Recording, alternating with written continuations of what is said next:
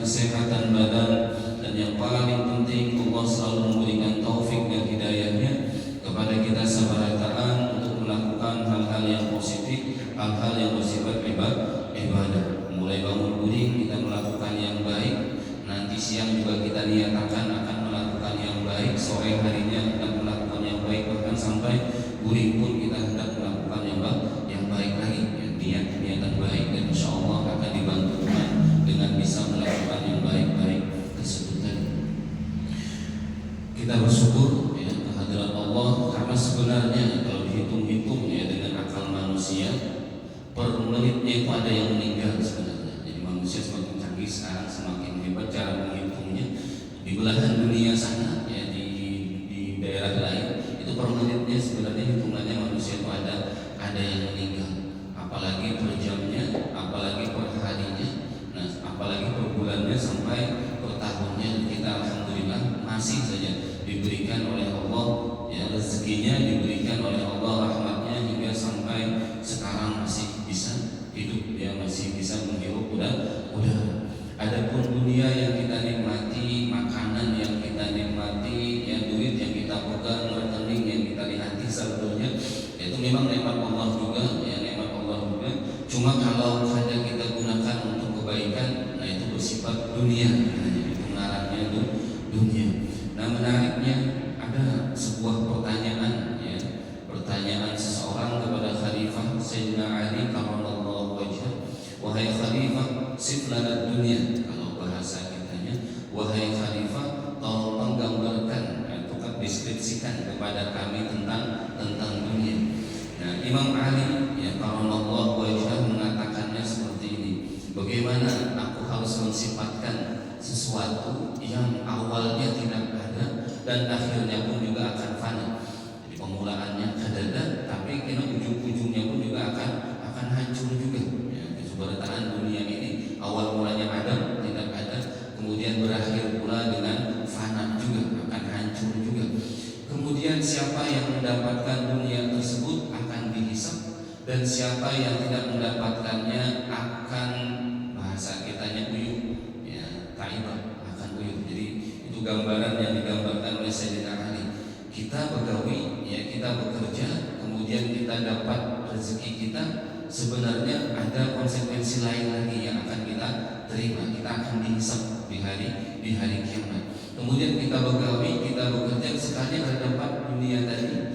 Nah di dunia kita uyuh, ya di dunia kita akan agak kesusahan, ngalih mencari ini, ngalih mencari ini, kada kawal manukar ini, ya kada kawal manukar itu, karena kada rezekinya tadi. Ya akhirnya dunia tadi gambarnya siklusnya hanya itu aja. Kalau kita dapat, ya kita akan dihisab. Kalau kita kada dapat, kita memang akan agak uyuh sebenarnya. Di dunia ini agak banyak yang cita-cita yang kada dikabulkan, banyak cita-cita yang kada terpenuhi karena kada ada rezekinya tadi. Cuma kesimpulannya karena apa yang pian makan, apa yang pian minum, apa yang pian nikmati, kalaulah taruhlah pian dapat banyak, taruhlah pian luas rezekinya, itu jangan sampai membuat pian sombong atau membuat pian angkuh, karena ada pertanggungjawaban lagi setelah itu. Kemudian setelah kita berusaha, setelah kita mencari dengan sepenuh hati, ya dengan sungguh-sungguh mencari, sekalinya rezekinya seitu aja, ya jangan juga sedih berlebihan, ya jangan juga sedih berlebihan, karena ada sisi lain lagi, ada sisi baiknya, yaitu kita kada lawas di perhitungan sana, di hisab sana kada lawas. Jadi orang telawasi kena perhitungannya, sedangkan kita satu mat aja, karena yang dihitung kada terlalu banyak, ya kada terlalu banyak. Jadi untuk menyikapi rezeki yang diberikan Tuhan kepada kita, itu kalau kita lihat, ya pengalaman para ulama dalam kitab-kitab mereka selalu bahagia, selalu gembira aja. Banyak yang bersyukur, tetapi satu sisi kada boleh menyombongkan diri, satu sisi waspada, satu sisi harus tetap berbagi, ya karena nanti akan dihisab supaya mengurangi hisapannya tadi. Mereka pakai cara lain lagi, yaitu diberikan kepada orang lain.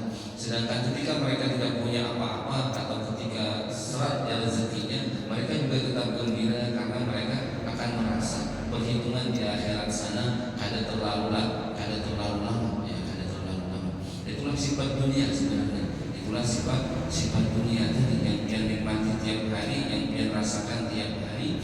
Nah, kalau banyak ya alhamdulillah, satu sisi kita tetap bersyukur kepada Allah itu nikmat yang diberikan kepada kita, tapi di sisi lain ada perasaan takut juga. Ya kalau pindah ke apa dengan perhitungan bisa di sana. Karena memang ada riwayat juga dalam sebuah hadis Nabi mengatakan orang kaya raya ya, itu masuk surganya akan terlambat ya, sekitar 500 tahun atau dalam riwayat lain setengah hari, dan 1 hari di sana ya sama dengan 1000 tahun di sini karena banyaknya yang harus dihitung masuk surganya ya. Tetapi perinciannya, pertanggungjawabannya harus detail ya, harus lengkap, harus banyak dapat di mana, kemudian dibelanjakan di mana, didapat di mana, dibelanjakan di mana, didapat di mana, dibelanjakan kemana, banyak benar berisi ya, triliunan misalkan. Nah berarti kalau masih sedikit ya, sedangkan yang kada banyak maka tersentuh ya akan urusan itu tadi.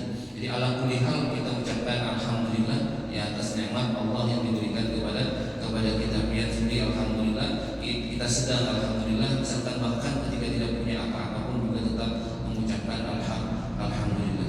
Bahkan wanti-wantinya malah larinya sekarang itu ke orang yang banyak rezekinya. Karena Ibnu Qayyim itu pernah ditanya oleh murid Sidik, bagaimana bisa mengetahui yang diberikan Tuhan itu statusnya nikmat atau malah musibah ya, yang diberikan Tuhan kepada kita berupa duit, berupa kesehatan, berupa pangkat, berupa macam-macam, berupa anak dan lain sebagainya. Itu bisa diketahui, dideteksi apakah itu nikmat Tuhan atau itu malah musibah untuk yang menerima tadi. Nah jawaban Ibnu Qayyim sangat ringkas sekali. Itu sebenarnya bisa mendeteksinya.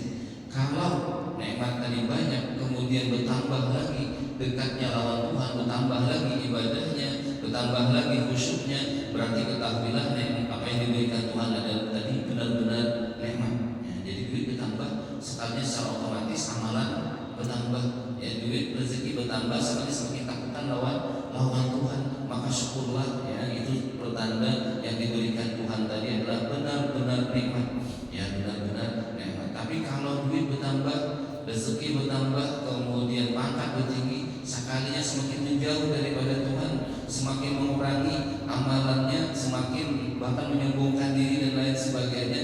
Nah waspadalah, itu berarti adalah istidraj atau bala musibah. Sebenarnya bala musibah tapi bentuknya kayak nikmat, tapi sebenarnya musibah.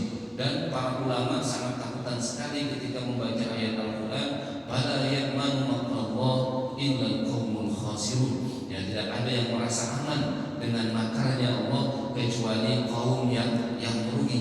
Jadi mereka misalkan nih ibadahnya rutin sekian, kau bersalawat sekian ribu, kau baca Quran sekian juz, ada suatu hari misalkan lagi melandai imannya tadi ya, kemudian kurang amalan tadi, tiba-tiba rezeki meluas, duit banyak, nyaman, itu mereka tuh ada rasa takutan malah.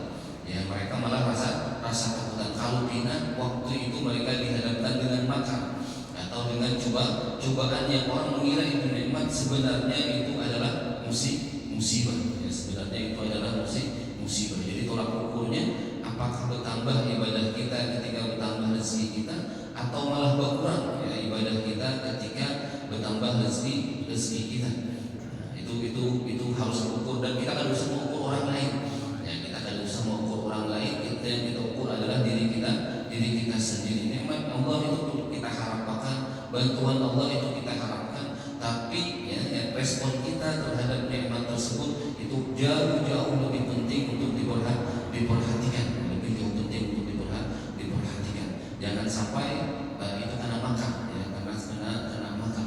Sanastadrijuhum ya Tuhan, sanastadrijuhum min haitsu la ya'lamun. Kami kasih istidraj kepada mereka sekiranya mereka tidak sadar. Dikira nikmat, sekalinya musibah yang besar. Jadi kalau kawannya beribadah ya rezeki lancar, ibadah lancar juga itu alhamdulillah. Tapi kalau sebaliknya itu na'udzubillah ya, na'udzubillah. Itu kalau kita menyikapi dunia kita ya, menyikapi dunia kita, dan dia sadar atau tidak sadar sebenarnya dunia tadi kalau yang kita gunakan Kayak gini, bahari ketika duit sedikit, ya sedikit benar, itu sabun palingan sabun batangan. Ya kemudian ketika rezeki terluas menjadi sabun cair.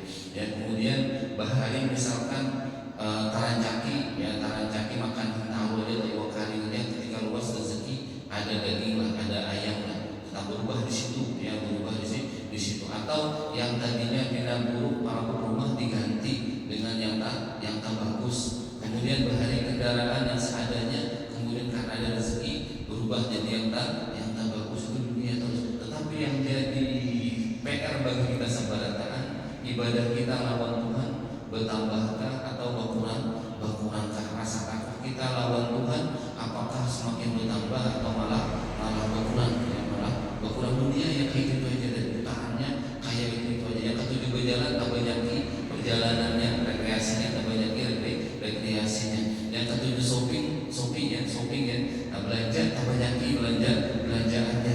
Tetapi hati-hati ya, waspada dengan amal ibadah apakah bertambah atau berkurang.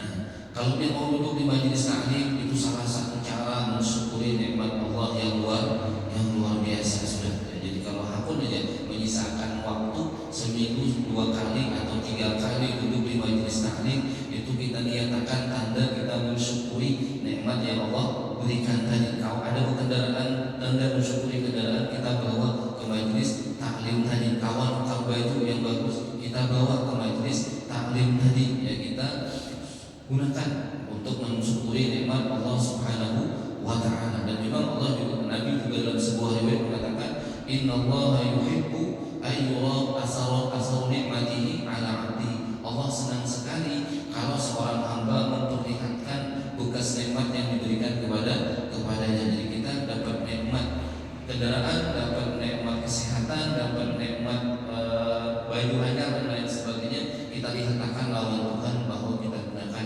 untuk kebaikan. Dan salah satunya adalah duduk di majelis taklim. Saking pentingnya ilmu pengetahuan itu, Imam Syafi'i pernah mengatakan, al-ilmu, jadi Imam Syafi'i, al-ilmu imamul amal, wal amalu tabi'uhu. Kalau dibahasakan dengan bahasa kita, ilmu itu adalah imamnya amal ibadah. Jadi kita kayak sembahyang itu ada imamnya, ya ada makmumnya. Nah sebenarnya apa yang akan kita lakukan, apa yang akan kita gawi setiap hari, panduannya atau yang diikutinya tidak lain tidak bukan adalah ilmu pengetahuan. Jadi kalau kita ada ilmunya, maka kita kayak ada panduan sama sekali. Sedangkan amal cuma tabi'uhu, itu akan mengikuti ilmu yang ada di diri kita. Jadi kalau ilmu pengetahuan kita baik, maka kebiasaan amal ibadah kita juga akan baik. Tapi kalau ilmu kita kurang, ilmu kita bermasalah, maka hampir 100% ya, hampir 100% amal ibadah kita juga akan bermasalah. Jadi kalau mau duduk di majelis taklim, kita sebenarnya melakukan amal ibadah yang luar biasa. Sampai juga ada orang yang salah paham juga dengan banyak kata-kata ulama. Jadi misalkan kayak gini, orang itu dimaafkan kalau ada tahu. Jadi atau nanti ilmu itu harus diamalkan. Ada orang yang berkata kepada Imam Hasan al-Basri, wahai Imam, ulunnya sebenarnya takutan menuntut ilmu karena takutan kada amalkan. Jadi ulun takutan menuntut ilmu kalau pina kada tak amalkan. Apa jawaban Imam Hasan al-Basri? Kamu kada menuntut ilmu pun sudah kada mengamalkan ilmu tadi. Jadi kada mau menuntut ilmu secara otomatis sudah kada mengamalkan ilmu tadi. Jadi kada ada istilah takutan ke majlis kalau pina ada orang yang bisa mengatakan guru yang seorang tersalah hingga rasa takutan harus dibaiki. Jangan kayak gitu, ya jangan kayak gitu. Kita harus memperbaiki diri. Dan ketika kita kada menuntut ilmu, maka secara otomatis kita sudah melanggar aturan Tuhan. Ya kita sudah menyia-nyiakan ilmu pengetahuan tadi, sudah kada mengamalkan ilmu yang diberikan Tuhan tadi. Seharusnya orang yang mengamalkan ilmu adalah orang yang rajin menuntut ilmu tadi. Nah kayak semalam lah, misalkan kita ke kuburan misalkan, itu kalau kada berilmu tadi jadi banyak yang duduk di tehalnya, itu haram hukumnya. Atau kada berilmu melingkari kuburannya, itu pun juga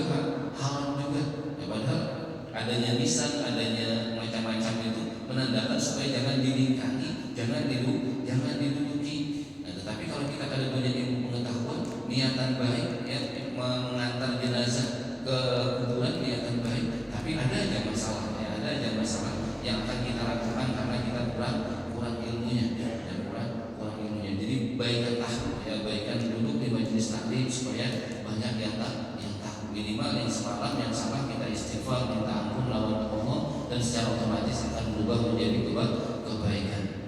Nah, baru kita baca hadisnya,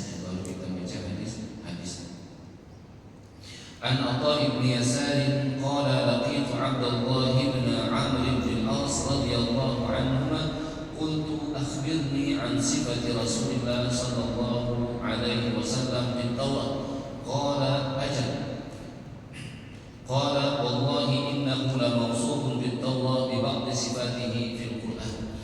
Kalau bahasa kitanya, Atha ibn Yasar seorang tabi'in itu bertemu dengan seorang sahabat Nabi ya, Abdullah bin Amr bin As. Jadi Abdullah ini anak sahabat Nabi dan beliau juga berstatus sebagai sahabat Nabi karena pas beliau lahir Nabi sudah ada juga ya, Nabi sudah diutus juga. Jadi ada Abdullah bin Umar, ada Abdullah bin Amr. Nah, Amr bin As ini kayaknya ngaransikannya jabatan sidin terakhirnya adalah gubernur di Mesir. Jadi Amr bin As itu adalah gubernur di Mesir. Dan bahkan kainannya ada masjid namanya Masjid Amr bin As ya, Masjid Amr bin As. Nah, itu qari'nya atau imamnya internasional Syekh Muhammad Jibril ya, Syekh Muhammad Jibril, dan lawas benar. Itu kalau tarawih bisa kita kada terbiasa bisa orang menangis karena khusyuk, kita menangis karena kelawasan berdiri ya, karena kelawasan berdiri kan lawas benar ya, lawas benar. Jadi nanti di malam Lailatul Qadarnya ya, doanya itu panjang banget ya, itu di Masjid Amr bin As. Sebabnya nangisan namanya. Tapi kalau kita lihat dari menangisnya karena kelawasan berdiri. Ada punya anak namanya Abdullah ibn Amr. Nah, Abdullah ini bahasa kitanya saking rajinnya menuntut ilmu ya, jadi hadis Nabi sendiri catat ya, kemudian rancang tahun 2 lawan Nabi meskipun umurnya lagi halus. Jadi umur sidin itu lagi halus saja.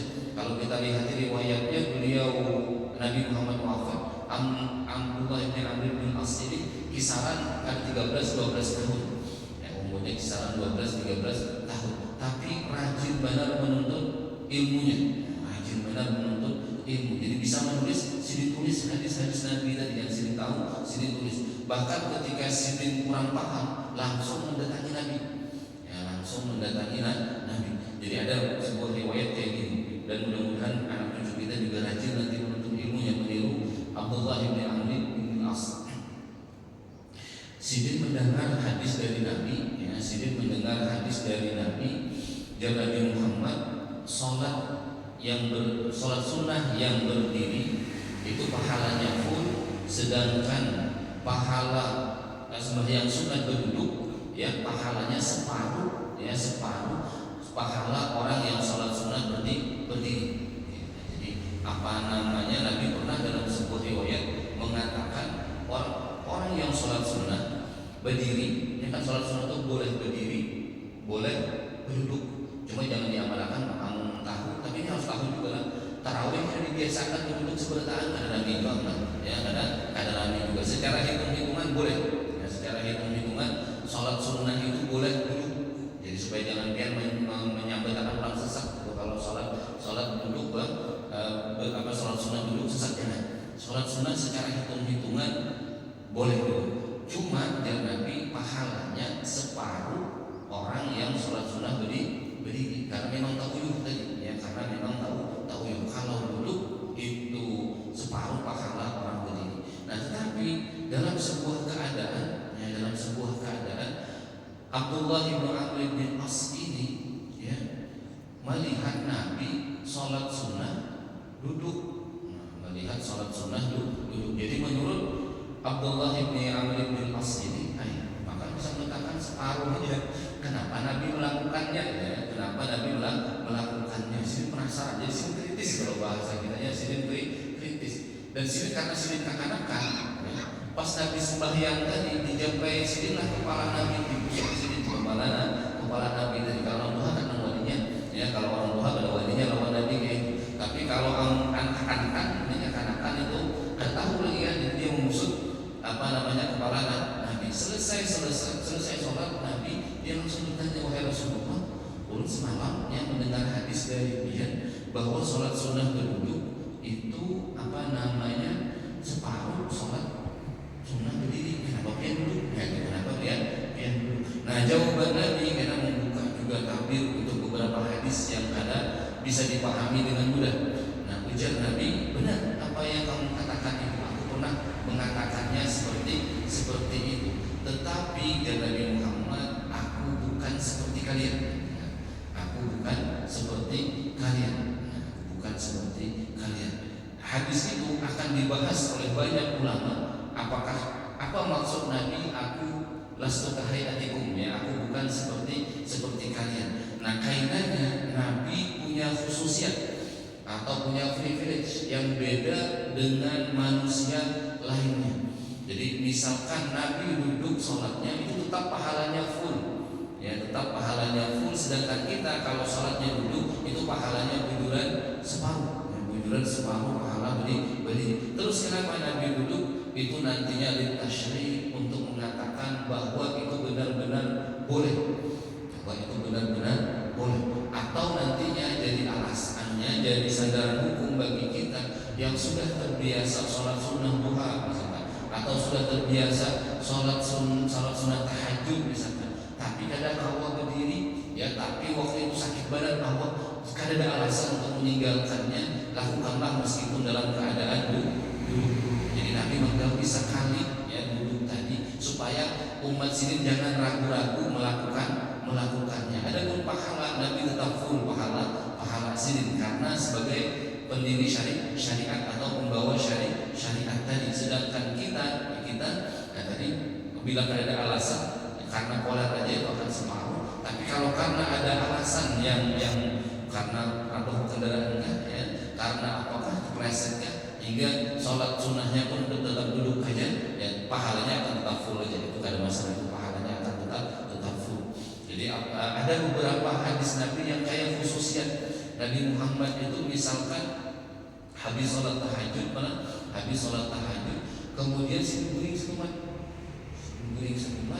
kemudian datang muazin bilang, ya, setelah 5 menit 10 menit beliau guring, azan, Nabi sholat tanpa berwudu. Nah, kalau kita mengatakan mazhab Imam Syafi'i, kalau guring janak kayak gitu harus berwudu karena dianggap batal. Tapi Nabi mengatakan dua mataku tidur tetapi hatiku kada tidur. Berarti ini privilege untuk Nabi, ini khususiat untuk Nabi. Guring sini beda dengan guring kita, ya. Kalau kita guring hilang sama sekali sudah selanjut dan kebiasaan tahanuk, ya, ada keluar di kita tadi. Kalau Nabi guring sini beda dengan guring kita, sehingga meskipun guringan sini kada berwudu setelah itu kada kawan diikuti seberataan orang, karena Nabi mengatakan mata guring tapi hati itu tidak guring, atau tadi aku bukan seperti kalian. Nah, ini kayak yang nyamannya. Tetapi ada juga yang susahnya untuk Nabi. Nabi nanti suatu saat harus puasa itu langsung disambung sini. Puasa pernah sedang 2 hari. Kalau kita kan puasa sahur makan, kemudian berbuka, habis tenggelam matahari berbuka. Tapi Nabi kan ada disuruh Tuhan kada berbukaan. Tadi buka puasanya tadi kada bersahuran pulang, ya, kemudian kita harus sampai 2 hari. Nah, itu berat juga. Tapi Nabi pernah melakukannya. Nah, Nabi ini jangan dilakukan untuk umatku, kada boleh dilakukan. Aku aja yang melakukannya. Jadi terkesan privilege, tapi ini yang susahnya. Atau Nabi Muhammad itu kada boleh lari di medan perang. Jadi salah satu yang dibebankan untuk Nabi Muhammad juga, meskipun harus larian seberataan kawan sini kada boleh lari di medan perang. Itu kada nyaman, ya, kada nyaman. Jadi jangan memiliki lelakian kita. Kenapa Nabi boleh 9 bini? Nah, ini khususiat untuk timbal baliknya Nabi kada boleh lari dari medan perang. Kemudian Nabi kena suatu saat wisol puasa sidin, ya kada bersahuran, kada berbukaan, langsung dua hari. Jadi kada yang nyamannya aja, ya kada yang nyamannya aja ditiru. Nabi lebih banyak beratnya, yang lebih banyak beratnya dibandingkan yang nyamannya. Tadi Abdullah bin Amr bin As tadi beliau kekanakan bertakwa melawan Nabi, gambarannya mencapai kepala sidin, ya, karena kekanakan tadi, tapi sudah rajin menuntut ilmu. Nah, sidin saking rajinnya di riwayat ini, setelah habis hadis Nabi, setelah hafal Al-Quran, beliau juga membaca Taurat. Beliau juga membaca kitab Taurat. Beliau juga membaca kitab Taurat karena rajin banget.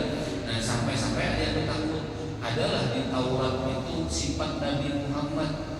Ada di Taurat itu gambaran Nabi Muhammad, karena Al-Quran menceritakan Nabi Muhammad itu ada disebutkan di Taurat, ada disebutkan di Injil. Nabi yang wahai Abdullah bin Umar, ya wahai Abdullah bin Amr bin As, yang rajin belajar sampai-sampai dia membaca Taurat juga, ketemulah sifat Nabi Muhammad tadi. Nah, jawaban sidin ada, dasar ada sifat Nabi Muhammad di Taurat tadi. Salah satunya dari sini yang mirip lawan Al-Quran, yang mirip lawan Al-Quran. Ya ayyuhan nabi inna arsalnaka syahidan wa mubasysyiran wa nadhiran. Kan wahai nabi, kami mengutusmu sebagai saksi, pemberi kabar gembira dan pemberi peringatan. Nah, salah satu sifat Nabi Muhammad itu beliau tidak membalas keburukan dengan keburukan, tetapi membalas keburukan orang lain dengan kebaikan. Nah, seperti bagi umat ini dikonfirmasi karena dengan Islamnya seorang Yahudi. Jadi mereka menemukan sifat Nabi Muhammad itu membalas keburukan dengan kebaikan.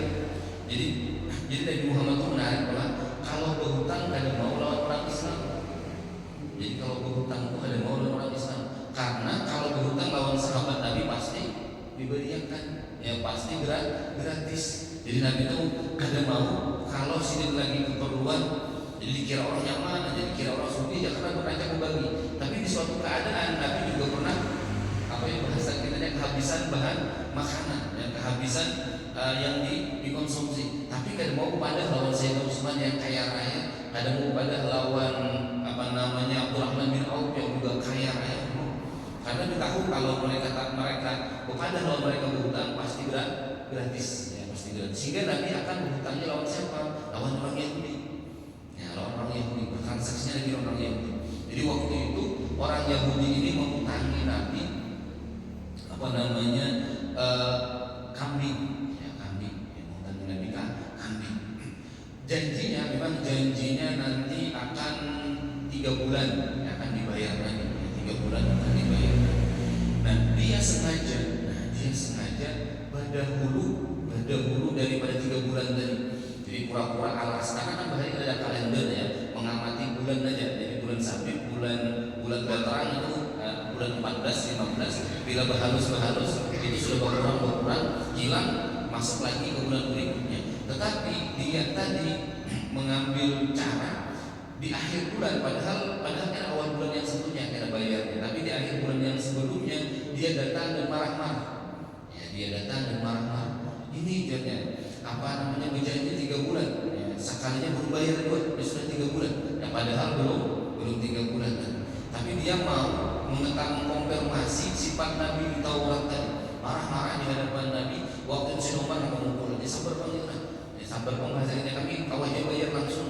Laporannya lewat Sayyidina Utsman, laporannya lewat sahabat yang lain akan dibayari secara otomatis. Nah, Nabi Muhammad rasanya belum waktunya lagi, yang belum waktunya. Kita menjalan orang Yahudi tadi sudah waktunya, padahal dia yang sudah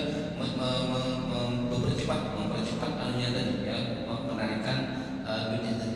Jadi Nabi untuk ada jam sudah rezeki, ya ada aja rezeki sudah wajib kubayari. Tapi ini rasanya belum kubayari karena belum terbayar itu jadi tempo lagi.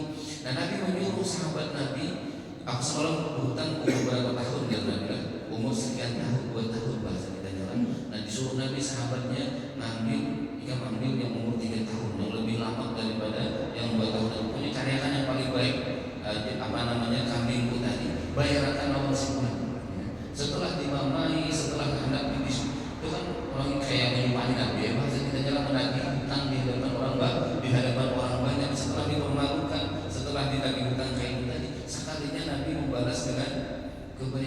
disuruh Nabi sahabat mencari kambing yang lebih lama daripada sebelumnya, lebih tua daripada yang sebelumnya, dan dibayarkan lawan orang Yahudi tadi. Ternyata setelah menerima itu tadi, orang Yahudi tadi mengatakan asyhadu an la ilaha illallah wa annaka ya Rasulullah, bersaksi tidak Tuhan selain Allah dan dia adalah benar-benar utusan Allah. Karena belum ada mendengar kabar ya tentang sifat dia di Taurat bahwa dia membalas keburukan orang dengan kebaikan. Tadi dia hanya orang biasa, itu ditempelkan sudah ya, ditempelkan ya, ditempelkan. Nabi banyak sahabat Nabi yang jago-jago, tapi Nabi malah menyetop yang jago tadi harus ya, umat ada usaha saya, tapi bayar yang pada Allah.